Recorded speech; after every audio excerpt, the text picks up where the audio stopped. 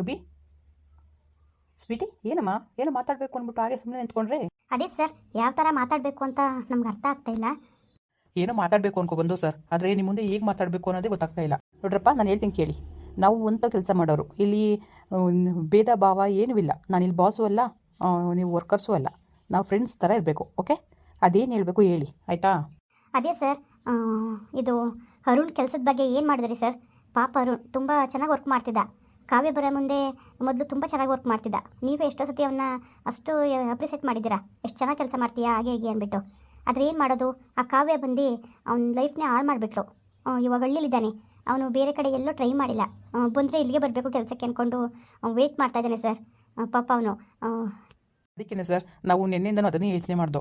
ಅವನು ಹಳ್ಳಿಲಿದ್ದಾನೆ, ಪಾಪ ಸೋಮೇನೂ ಅಲ್ಲೇ ಇದ್ದಾರೆ. ಏನೇನೋ ಅವ್ರ ಸಖತ್ ಪ್ರಾಬ್ಲಮ್ ಆಗಿದೆ. ಅವ್ನ ಕೆಲಸ ಬಿಟ್ಟಿರೋದಕ್ಕೆ ಅವ್ರ ಅಮ್ಮ ಎಲ್ಲ ತುಂಬ ಬೇಜಾರು ಮಾಡ್ಕೊಂಡಿದ್ದಾರಂತೆ. ಮಾತು ಕೂಡ ಬಿಟ್ಟಿದ್ದಾರಂತೆ ಸೋಮೆ ಅವರಮ್ಮ. ಇದೆಲ್ಲಾಗಿ ತುಂಬ ಪ್ರಾಬ್ಲಮ್ ಆಗಿದೆ ಅಂತ ಫೋನ್ ಮಾಡಿ ಹೇಳ್ತಿದ್ದ ಅವನು. ಅವನೇನು ಕೆಲಸ ಕೇಳಿ ಅಂತ ಏನು ಹೇಳಿಲ್ಲ, ಆದರೆ ನಾವೇನೇ ಸರ್ ಅವನ ಕಡೆಯಿಂದ ರಿಕ್ವೆಸ್ಟ್ ಮಾಡ್ಕೊಳ್ತಾ ಇದ್ದೀವಿ. ದಯವಿಟ್ಟು ಸರ್ ಅವನಿಗೆ ಅವಕಾಶ ಮಾಡಿಕೊಡಿ. ಇನ್ನೊಂದು ಸಲ ಅವನು ತಪ್ಪಾಗದ ರೀತಿಲಿ ನೋಡ್ಕೊಳ್ಳೋ ಜವಾಬ್ದಾರಿ ನಮ್ಮದು. ಆಗಲ್ಲ ಅಭಿ, ನಿನಗೆ ಗೊತ್ತಲ್ವಾ, ಅವ್ನು ವರ್ಕ್ ಕಡೆ ಸ್ವಲ್ಪ ಗಮನ ಇರಲಿಲ್ಲ ಅವನಿಗೆ. ಯಾವಾಗ ನೋಡೋ ಕಾವೇ ಹಿಂದೆ ಮತ್ತು ಎಲ್ಲಿ ನಿಂತ್ಕೊಂಡು ಇಬ್ಬರು ಸುಮ್ಮನೆ ಹರಟೆ ಹೊಡೆದ್ಬಿಟ್ರೆ ಯಾವ ಥರ ಕಂಪ್ನಿ ನಡೆಸೋದು ನಿನಗೆ ಗೊತ್ತಲ್ವ? ಎಷ್ಟು ಇದಾಗಿದೆ ಇವಾಗ, ಆಲೆ ತುಂಬ ಡಲ್ಲಲ್ಲಿದೆ ಅಂತ. ಹಾಂ ಸರ್, ನೀವು ಹೇಳ್ತಿರೋದು ನಿಜನೇ. ಆದರೆ ಇನ್ಮೇಲಾದರೂ ಅವನು ಇವಾಗೆಲ್ಲ ಅರ್ಥ ಮಾಡ್ಕೊಂಡಿದ್ದಾನೆ ಸರ್. ಇದೊಂದು ಸಲ ಅವಕಾಶ ಮಾಡಿಕೊಡಿ ನೋಡೋಣ. ಒಂದು ಸಲ ಅವಕಾಶ ಮಾಡಿಕೊಡೋದ್ರಿಂದ ಏನೂ ಆಗಲ್ಲ ಅಲ್ವಾ ಸರ್? ಪ್ಲೀಸ್ ಸರ್, ಒಂದು ಮಂತ್ ಆದರೂ ಬರಲಿ. ಅವನಲ್ಲಿ ಇಂಪ್ರೂವ್ಮೆಂಟ್ ಆಗಿದ್ದರೆ ಮತ್ತು ಅವನಿಗೆ ಕೆಲಸದ ಮೇಲೆ ಇಷ್ಟ ಆಗಿದ್ದರೆ ಅವ್ನು ಮಾಡಲಿ. ಇಲ್ಲಾಂದರೆ ಬೇಡ ಸರ್. ನಮಗೋಸ್ಕರ ಅವನಿಗೆ ಒಂದು ಅವಕಾಶ ಕೊಡಿ ಸರ್. ಪಾಪ ಆವಾಗಲಿಂದನೂ ಇಲ್ಲೇ 4-5 ವರ್ಷದಿಂದನೂ ಇದೇ ಕಂಪ್ನಿಗೋಸ್ಕರ ಅಷ್ಟೊಂದು ದುಡ್ದಿದ್ದಾನೆ. ಇವಾಗ ಏಕ್ತುಮ್ ಕೆಲಸದಿಂದ ತೆಗ್ದಾಕ್ದಾಗ ಅವ್ನಿಗೆ ಎಷ್ಟು ಪ್ರಾಬ್ಲಮ್ ಆಗಿದೆ ಅಂತ ನೀವೇ ಹೇಳಿ. ನೋಡಮ್ಮ, ನಾವೇನು ಅವ್ನು ಬೇಕು ಅಂತ ತೆಗಿಲಿಲ್ಲ. ನಾವು ಅವನು ಬಂದಿದ್ದ ಕೆಲಸ ಮುಗಿಸ್ಕೊಂಡು ಮನೆಗೆ ಹೋಗ್ಬೇಕು ಹೊರತು ಇಲ್ಲಿ ಮಾಡಬಾರ್ದು ಕೆಲಸ ಮಾಡಿದ್ರೆ ನಾವು ಅವಕಾಶ ಮಾಡ್ಕೊಡೋಕ್ಕಾಗುತ್ತಾ? ಇವಾಗ ಎಲ್ಲಿದ್ದಾಳೆ ಕಾವ್ಯ? ಹಾಂ ಸರ್, ಅವ್ರ ಗಂಡನ ಮನೆ ಇದ್ದಾಳೆ. ಅದೇನೋ ಮದುವೆ ಆಗಿತ್ತಂತಲ್ಲ, ನಿಜನಾ? ಹಾಂ ಸರ್, ಮದುವೆ ಆಗಿತ್ತು. ಮದುವೆ ಆಗಿ ಡಿವೋರ್ಸ್ಗೆ ಅಪ್ಲೈ ಮಾಡಿದ್ಲು. ಇವ್ನಿಗೆ ಯಾವಾಗ ಕೆಲಸ ಹೋಯ್ತು, ಇವನ ಕಡೆ ಯಾವುದೇ ಗಮನ ಹರಿಸಲಿಲ್ಲ ಅವಳು. ಇವನ್ನ ಬಿಟ್ಬಿಟ್ಟು ಅವಳು ಮೊದಲು ಅವ್ನು ಡಿವೋರ್ಸ್ಗೆ ಅಪ್ಲೈ ಮಾಡಿದ್ಲಲ್ವ, ಅದನ್ನ ಕ್ಯಾನ್ಸಲ್ ಮಾಡಿಸ್ಕೊಂಡು ಮತ್ತೆ ಅವಳು ಅವ್ರ ಗಂಡನ ಮನೆಗೆ ಹೋಗಿದ್ದಾಳೆ. ಹೌದಾ? ಸರಿ ಸರಿ. ಇವಾಗೇನು ಇವರಿಬ್ಬರು ಕಾಂಟ್ಯಾಕ್ಟಲ್ಲಿ ಇಲ್ವಾ? ಇಲ್ಲ ಸರ್, ಅವನು ಹೆಂಡತಿ ಜೊತೆ ತುಂಬ ಚೆನ್ನಾಗಿದ್ದಾನೆ ಇವಾಗ. ಇಬ್ಬರು ತುಂಬ ನ್ಯೂನ್ಯವಾಗಿದ್ದಾರೆ. ಆದರೆ ಮನೇಲೇ ಸ್ವಲ್ಪ ಪ್ರಾಬ್ಲಮ್ ಆಗಿರೋದು ಅಷ್ಟೇ. ಅದರಿಂದನೇ ಸರ್ ಅವನು ತುಂಬ ಬೇಜಾರು ಮಾಡ್ಕೊಂಡಿದ್ದ. ಮತ್ತೆ ರೀಜಾನ್ಗೆ ಅವಕಾಶ ಮಾಡಿಕೊಟ್ರೆ ಖಂಡಿತವಾಗ್ಲೂ ಬರ್ತೀನಿ ಅಂತ ಹೇಳಿದ್ದಾರೆ. ಸರ್, ಇನ್ನೂ ಅವ್ನ ಪ್ಲೇಸ್ಗೆ ಯಾರನ್ನೂ ನೀವು ಕೆಲಸಕ್ಕೆ ತಗೊಂಡಿಲ್ಲಲ್ವಾ? ಪ್ಲೀಸ್ ಸರ್, ನಮಗೋಸ್ಕರ ಒಂದು ತಿಂಗಳು ನೀವು ಅವ್ನಿಗೆ ಅವಕಾಶ ಮಾಡಿಕೊಡಿ.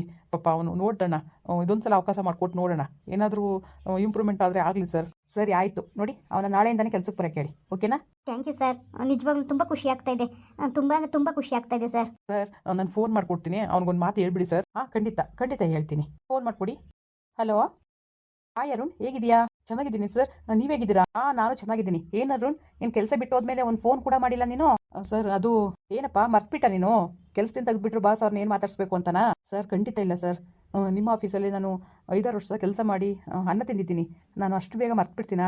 ಖಂಡಿತ ಇಲ್ಲ ಸರ್. ಏನೋ ಒಂದು ಸ್ವಲ್ಪ ಟೆನ್ಷನಲ್ಲಿದ್ದೆ, ಅದರಿಂದ ಕಾಲ್ ಮಾಡೋಕ್ಕಾಗಲಿಲ್ಲ ಅಷ್ಟೇ. ಅದು ಬಿಟ್ಟರೆ ನನಗೆ ಯಾವುದೇ ವೈಯಕ್ತಿಕ ಕಾರಣ ಇಲ್ಲ ಸರ್. ಹಾಗೆ ಕೆಲಸದಿಂದ ತೆಗೆದ್ರು ಅಂತ ನನಗೆ ನಿಜವಾಗ್ಲೂ ಬೇಜಾರಿಲ್ಲ. ನಾನು ಡಿಸಿಪ್ಲಿನಾಗಿ ಕೆಲಸ ಮಾಡಿದರೆ ನೀವೇನಿಗೆ ಕೆಲಸದಿಂದ ತೆಗಿತಿದ್ರಿ ಹೇಳಿ? ನಾನು ಕರೆಕ್ಟಾಗಿ ಕೆಲಸ ಮಾಡ್ದವ್ರಿಗೆಲ್ವಾ ನೀವು ಕೆಲಸದಿಂದ ತೆಗೆದಿದ್ದು? ನಿಮ್ದೇನು ತಪ್ಪಿದೆ? ಖಂಡಿತ ನಿಮ್ದೇನು ತಪ್ಪಿಲ್ಲ. ಏನೋ ಅಷ್ಟಾದರೂ ಅರ್ಥ ಮಾಡ್ಕೊಂಡಿದೆಯಲ್ಲ, ಅಷ್ಟೇ ಸಾಕಪ್ಪ. ನೋಡೋರು, ನಿನ್ನ ಫ್ರೆಂಡ್ಸು ಸ್ವೀಟಿ ಮತ್ತು ಅಭಿ ಏನು ಫೋರ್ಸಬಲ್ ನನಗೆ ತುಂಬ ಪೋಸ್ಟ್ ಮಾಡ್ತಾ ಇದ್ದಾರೆ. ಅವ್ನಿಗೆ ಇನ್ನೊಂದು ಅವಕಾಶ ಮಾಡಿಕೊಡಿ, ಒಂದು ತಿಂಗಳು ಕೆಲಸ ಮಾಡಲಿ, ಚೆನ್ನಾಗಿ ಕೆಲಸ ಮಾಡಲಿಲ್ಲ ಅಂದರೆ ಬೇಕಾದ್ರೆ ತೆಗ್ದಾಕಿವ್ರಿ ಅಂತ ಹೇಳ್ತಾ ಇದ್ದಾರೆ. ನೋಡು, ನೀನು ಇನ್ಮೇಲೆ ಕರೆಕ್ಟ್ ಟೈಮ್ ಬರೋದು ಮತ್ತು ಕರೆಕ್ಟ್ ಟೈಮ್ ಡ್ಯೂಟಿ ಮಾಡ್ಕೊಂಡು ಹೋಗ್ತೀನಿ ಅಂದರೆ ಖಂಡಿತವಾಗ್ಲೂ ನಿನಗೆ ಒಂದು ಅವಕಾಶ ಮಾಡಿಕೊಡ್ತೀನಿ. ನಾನು ಡ್ಯೂಟಿ ಬರ್ತೀಯಾ? ಹಾಂ ಸರ್, ಬರ್ತೀನಿ, ಖಂಡಿತ ಬರ್ತೀನಿ ಸರ್. ನಾನು ತುಂಬ ಮಿಸ್ ಮಾಡ್ಕೊಳ್ತಾ ಇದ್ದೀನಿ ನಿಮ್ಮೆಲ್ಲರನ್ನು. ಕೆಲಸ ಅನ್ನೋದಕ್ಕಿಂತ ದುಡ್ಡು ಅನ್ನೋದಕ್ಕಿಂತನೂ ನಿಮ್ಮ ಜೊತೆ ಇದ್ದಿದ್ದು ಬಾಂಧವ್ಯನ ನಾನು ತುಂಬ ಮಿಸ್ ಮಾಡ್ಕೊಳ್ತಾ ಇದ್ದೀನಿ ಸರ್. ನಿಜವಾಗ್ಲೂ ಸಾರಿ ಆಯಿತಾ? ಆ ಕಾವ್ಯ ವಿಷಯದಲ್ಲಿ ನಾನು ನಿಜವಾಗ್ಲೂ ಎಲ್ಲರ ಜೊತೆ ನಿಷ್ಠುರ ಮಾಡ್ಕೊಬಿಟ್ಟೆ. ಸಾರಿ. ಓಕೆ ಅರುಣ್, ನೋಡು, ನೀನು ಸಾರಿನೂ ಬೇಡ ಏನು ಬೇಡ ನನಗೆ. ನೀನು ಡಿಸಿಪ್ಲಿನಾಗಿ ಮೊದಲು ಥರ ನೀನು ಕೆಲಸ ಮಾಡ್ಕೊಂಡು ಹೋಗ್ಬಿಡು, ಆಯಿತಾ? ನಿನ್ನ ಕೊಡುಗೆ ತುಂಬ ಇದೆ ಕಣೋ. ಅದರಿಂದನೇ ಏನೋ ನಾನು ಬಾಸು ಇಲ್ಲಿ ನಿನ್ನ ಎಂಪ್ಲಾಯಿ ಅನ್ನೋ ಉದ್ದೇಶ ಅಲ್ಲ ನನಗೆ. ನಿಜವಾಗ್ಲೂ ನಾವು ಒಂದು ಮನೆ ಜನದ ಥರ ಇದ್ದು ಅದನ್ನ ಯಾವುದೇ ಕಾರಣಕ್ಕೂ ನಾನು ಮರೆಯಲ್ಲ. ಆಮೇಲೆ ಏನು ಗೊತ್ತಾ, ವಿಶೇಷವಾಗಿ ಇದು ನಿನ್ನ ಹೆಂಡತಿ ಸೋಮ್ಯಗೋಸ್ಕರ ನಾನು ನಿನ್ನ ಕೆಲಸಕ್ಕೆ ಬಿಡ್ತಿರೋದು. ಯಾಕೆ ಅಂದರೆ ನಾನು ಬಸ್ಸಾರು ಮುದ್ದೆ ತಿಂದಿದ್ನಲ್ಲ, ಅದು ನಿಜವಾಗ್ಲೂ ಅರುಣ್ ನನ್ನ ನ್ಯಾರಿಯ ಮೇಲೆ ನಿಂತಿದೆ. ನಿಜವಾಗ್ಲೂ ಹೇಳ್ತೀನಿ, ನೀನು ಅಂತ ಅದೃಷ್ಟ ಮಾಡಿದ್ಯಾ ಅಂತ ಹೆಂಡತಿ ಪಡೆಯೋಕೆ. ಏನು ಸಮಾಚಾರ? ಇವಾಗಲಾದ್ರೂ ಚೆನ್ನಾಗಿದೆಯಾ ಇಲ್ವಾ? ಹಾಂ ಸರ್, ನಿಜವಾಗ್ಲೂ ತುಂಬ ಚೆನ್ನಾಗಿದ್ದೀನಿ ಸರ್. ಕೊಡ್ತೀನಿ ಮಾತಾಡಬೇಕಾದ್ರೆ. ಸೌಮ್ಯ ಅರುಣರೇ, ಏನು? ಸೌಮ್ಯ, ಬಾಸ್ ಮಾತಾಡ್ತಾರಂತೆ ನಿನ್ನ ಜೊತೆ. ಸರಿ ಕೊಡಿ. ಹಲೋ, ಹೇಗಿದ್ದೀಯಮ್ಮ ಸೌಮ್ಯ? ಹಾಂ ಸರ್, ನಾನು ಚೆನ್ನಾಗಿದ್ದೀನಿ. ನೀವು ಹೇಗಿದ್ದೀರಾ?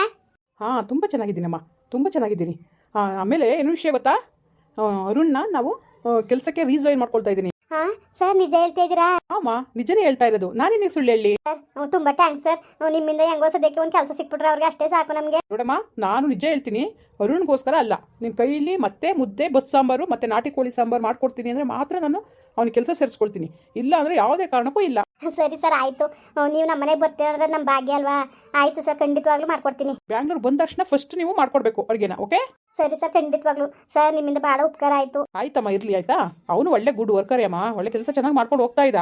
ಏನು ಮಾಡ್ತೀಯಾ, ಕೆಲವು ಅಡ್ಡಾರಿಗಳಿಂದ ಒಳ್ಳೊಳ್ಳೆ ಭವಿಷ್ಯಗಳನ್ನ ಹಾಳು ಮಾಡ್ಕೊಳ್ತಾರೆ. ಓಕೆ, ಇನ್ಮೇಲೆ ಆ ರೀತಿ ಆಗಲ್ಲ ಅಂತ ಹೇಳಿದ್ದಾನೆ. ಇವಾಗೆಲ್ಲ ಬದಲಾಗಿದ್ದಾನೆ ಅಲ್ವಾ? ಹ್ಞೂ ಸರ್, ಚೆನ್ನಾಗವ್ರೆ, ಏನಿಲ್ಲ.